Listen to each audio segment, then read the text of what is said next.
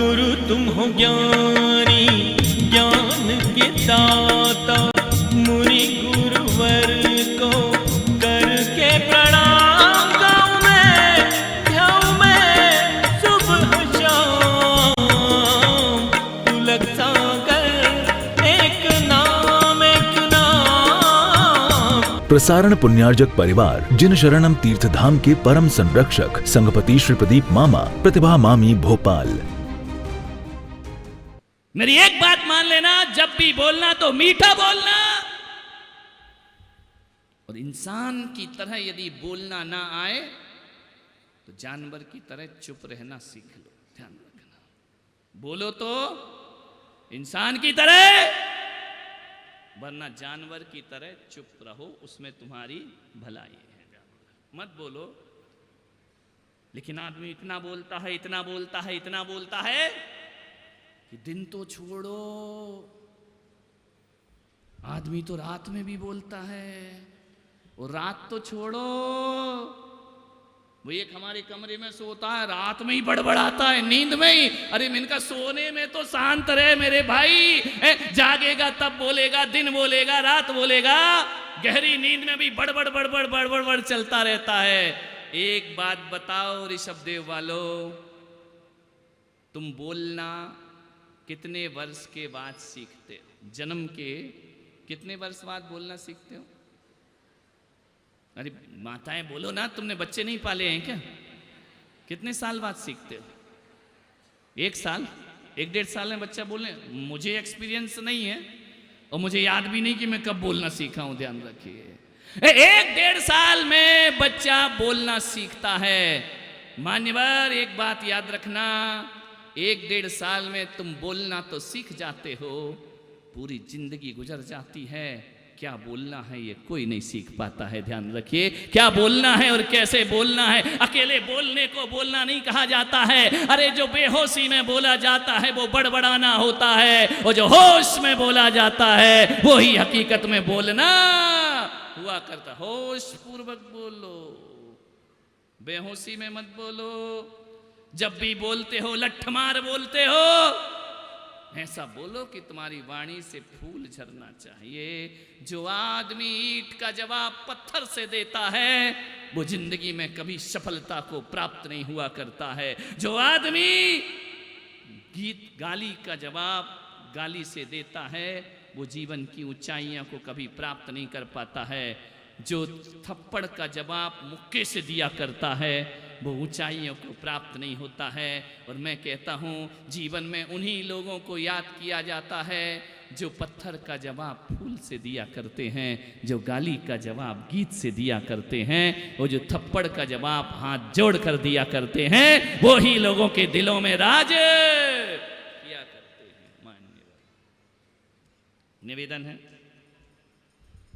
ज्यादा जुबान मत चलाओ। ज्यादा जुबान चलाओगे तो कोई जुबान काटने वाला भी मिलेगा। ध्यान रखना, हमेशा नहीं चलती है। चिल्लाते रहो 400 पार 400 पार 400 पार 400 पार, हो गया ना खेल खत्म। ध्यान रखना, मान्य ज्यादा जुबान मत चलाओ। ध्यान रखना, ज्यादा मत बोलो, बोलो तो कैसा बोलो? मीठा बोलो, अच्छा बोलो। खुदा को भी पसंद नहीं सख्ती जुबान में। ये ऋषभदेव है, यहां बड़े साहित्य प्रेमी लोग हैं। रात को 9:30 बजे मेरी सेवा में आते हैं बड़े बड़े कवि, बड़े बड़े गीतकार, फनकार आते हैं। वो बहुत अच्छा लिखते हैं, दिल को छूने वाला लिखते हैं। तो मैंने सोचा कि यहाँ साहित्य प्रेमी लोग हुआ करते हैं। जिसके हृदय में साहित्य होता है वही सरस्वती का सच्चा पुत्र हुआ करता है। ध्यान रखना, लक्ष्मी पुत्र होना कोई बड़ी बात नहीं है, सरस्वती पुत्र बनना सबसे बड़ी बात हुआ करती है। तो इस साहित्य की नगरी में मैं कह रहा हूं कि खुदा को भी पसंद नहीं सख्ती जुबान में। खुदा को भी पसंद नहीं सख्ती जुबान में, और इसीलिए नहीं दी उसने हड्डी जुबान में। ध्यान रखना, जुबान में हड्डी नहीं हुआ करती है। वो भी चाहता है कि सख्ती से ना बोलें, वाणी में वीणा की झनकार होना चाहिए। दुर्भाग्य है कि वाणी में बाण बसे हुए हैं, ध्यान रखना। मन में एक ही चीज है, घर में परिवार में बिखराव है जुबान की वजह से। लोग कहते हैं कि जमीन की वजह से है, लोग कहते हैं मकान की वजह से है, लोग कहते हैं रुपए पैसे की वजह से है। घरों में यदि लड़ाइयां और अवसाद है तो केवल आदमी की जुबान की वजह से। जुबान संभाल के बोलिए। मालूम है, तुमने डिस्कवरी चैनल में देखा होगा, यूट्यूब में देखा होगा, नहीं देखा तो आज जाके देखना। एक होता है चिंपांजी, हाथ बंदर, देखा है क्या पुष्पचंद? एक चिंपांजी होता है, वो बंदर होता है, और डार्विन की थ्योरी कहती है कि मनुष्य बंदर का विकास है या नहीं ये मुझे नहीं मालूम। मैं अपने पूर्वजों को बंदर नहीं कह सकता हूं, बाकी आपकी मर्जी, ध्यान रखिए। एक चिंपांजी होता है और एक आदमी होता है, दोनों में अंतर मालूम है? दोनों में 98% जीन्स एक से होते हैं, हार्मोन्स एक से होते हैं, दोनों की हरकतें एक सी होती हैं। वो भी दो पैरों से चल सकता है, वो भी हाथ मिलाता है, वो भी बात करता है, कभी देखना, वो भी आदमी की भाषा को समझता है। ध्यान रखना, उस बंदर और मनुष्य में 2% का अंतर है। मैं आपका ध्यान आकर्षित करना चाहता हूं। एक तो उस बंदर में, उस वनमानुष में, उस चिंपांजी में एक कमी ये है कि वो आदमी जैसा सोच नहीं सकता, और दूसरे हार्मोन्स कम हैं, दूसरे जीन्स कम हैं, आदमी जैसा बोल नहीं सकता। ध्यान रखना। और मैं आपसे कह रहा हूं, यदि 2 बातें उस बंदर में आ जाएं तो वो इंसान हो जाएगा, और 2 बातें तुम्हारे जीवन से निकल जाएं। Without tail 2 legs। समझ में आ रहा? केवल 2 बातों के कारण तुम महान हो कि तुम मनुष्य की तरह सोच सकते हो और मनुष्य की तरह मीठा बोल सकते। 2 चीजों में तुम पिछड़ रहे हो। मान्य क्या सोचते हो? माताओं बहनों से निवेदन करूंगा, किसी घर में 2 बहुएं हैं, आजकल तो मुश्किल का काम है, एक ही औलाद पैदा हो रही है। पहले 2 बहुएं होती थी, 3 बहुएं होती थी, 4 बहुएं होती थी। चारों बहुओं को एक सा प्यार नहीं मिला करता था। किसी बहू पर सासू की विशेष कृपा हुआ करती थी, किसी बेटी पर माँ की बहुत कृपा हुआ करती थी, किसी पर नहीं हुआ करती थी।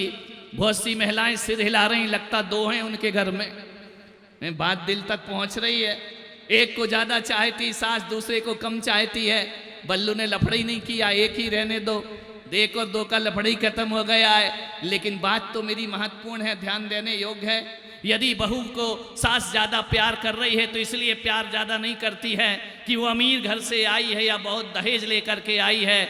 यदि बड़ी बहू घर में प्यार पा रही है और छोटी बहू प्यार नहीं पा रही है, तो जहां तक मैं सोचता हूं पुलक सागर इसी चिंतन पर पहुंचता है कि बड़ी बहू इसलिए पूछी जा रही, इसलिए प्यार पा रही है क्योंकि वो मीठा बोला करती है। ध्यान रखिए। और छोटी बहू इसलिए नफरत पा रही है, उसे बोलने का सलीका नहीं। दहेज को लेकर कोई प्यार नहीं होता है, पैसों को लेकर कोई प्यार नहीं होता है। घर में यदि किसी को इज्जत मिलती है तो उसका मीठा बोलना और मीठे व्यवहार से आदमी को इज्जत मिला करती है। ध्यान रखिए। मीठा बोलना शुरू कर दो, दिलों पर राज करना प्रारंभ हो जाएगा। ध्यान रखिए। व्यवहार अच्छा रखो, व्यवहार खराब होगा तो कुछ नहीं होगा। महाभारत काल की तरफ चलते हैं। खंड प्रस्थ दिया गया पांडवों, बंजर भूमि दी गई, जहां पानी नहीं बरसेगा, जहां फसल नहीं होगी। अंधे धृतराष्ट्र पांडु पुत्रों को इंद्रप्रस्थ, खंड प्रस्थ दिया करते हैं। लेकिन एक बात याद रखो, यदि आदमी में हुनर होता है ना, तो खंड प्रस्थ को भी इंद्रप्रस्थ बना दिया करता है। और आदमी में हुनर ना हो तो हस्तिनापुर भी खंड प्रस्थ में बदल जाया करता है, ध्यान रखिए। कोई बात नहीं, पांडवों ने कहा हमें स्वीकार है, इंद्र खंड प्रस्थ दे दिया गया।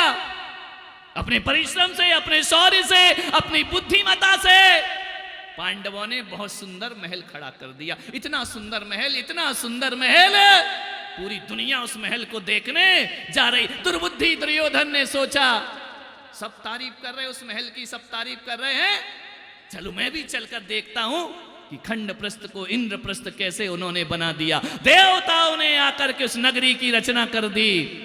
दुर्बुद्धि दुर्योधन के मन में भी आया कि चलो मैं भी चल करके देखता हूं, बड़ी प्रशंसा हो रही है, मैंने तो उन्हें बंजर भूमि दी थी, खंडर दिया था, कैसे उन्होंने कर दिया।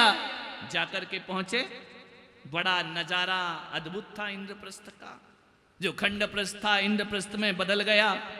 इतना सुंदर नजारा, शायद वो नजारा आज के आर्किटेक्ट पढ़े लिखे भी नहीं बना सकते हैं। जो उस जमाने में ऐसा बिल्डिंग बनाई गई, ऐसा भवन बनाया गया। इतनी पढ़ाई नहीं थी, कोई डिप्लोमा नहीं था, कोई डिग्री नहीं थी उनके पास। इतना सुंदर महल बनाया कि जहां पानी होता था वहां सूखा दिखता था, दृष्टि भ्रम। और जहां सूखा होता था वहां पानी। दुर्योधन ने कहा चलो हम भी देखते हैं कैसा महल है। जैसे ही पहुंचे, अरे उसने देखा यहां तो पानी पानी भरा है। उसने अपनी धोती संभाली और उतरा पानी में। पानी तो था ही नहीं, दिख रहा था मृग मरीचिका। उसने कहा ये कैसा है, दिखता पानी है तो सूखा, पैर भी गीले नहीं हो रहे। थोड़ा आगे बढ़ा, जहां सूखा दिख रहा था वहां पानी हुआ करता है। बेसुध होकर चला कि यहां तो पानी है ही नहीं। बढ़ते गया, आगे गया। जैसे ही पानी में गया, पैर स्लिप हुए, छपाक से पानी में गिरा। भीग गए सब वस्त्राभूषण। के द्रौपदी झरोखे में खड़ी है, देखा, जोर से अट्टहास किया, अरे देवर जी गिर गए। ऊपर देखा दुर्योधन ने कि द्रौपदी भाभी उसे कटाक्ष कर रही है। बड़ी जोर से द्रौपदी हंसी, अट्टहास किया और इतने ही कहा कि तुम गिर गए तो कोई आश्चर्य की बात नहीं। देवर जी, अंधे का पुत्र आखिर अंधा ही हुआ करता है। अतश्री महाभारत प्रस्तुत करता गोदरेज। ध्यान रखिए, यहां से महाभारत की रचना हो जाती है। द्रौपदी यदि 2 मिनट अपनी जुबान को संभाल के रखती तो हस्तिनापुर का महाविनाश नहीं हो पाता। ध्यान रखिए, एक कड़वी जुबान।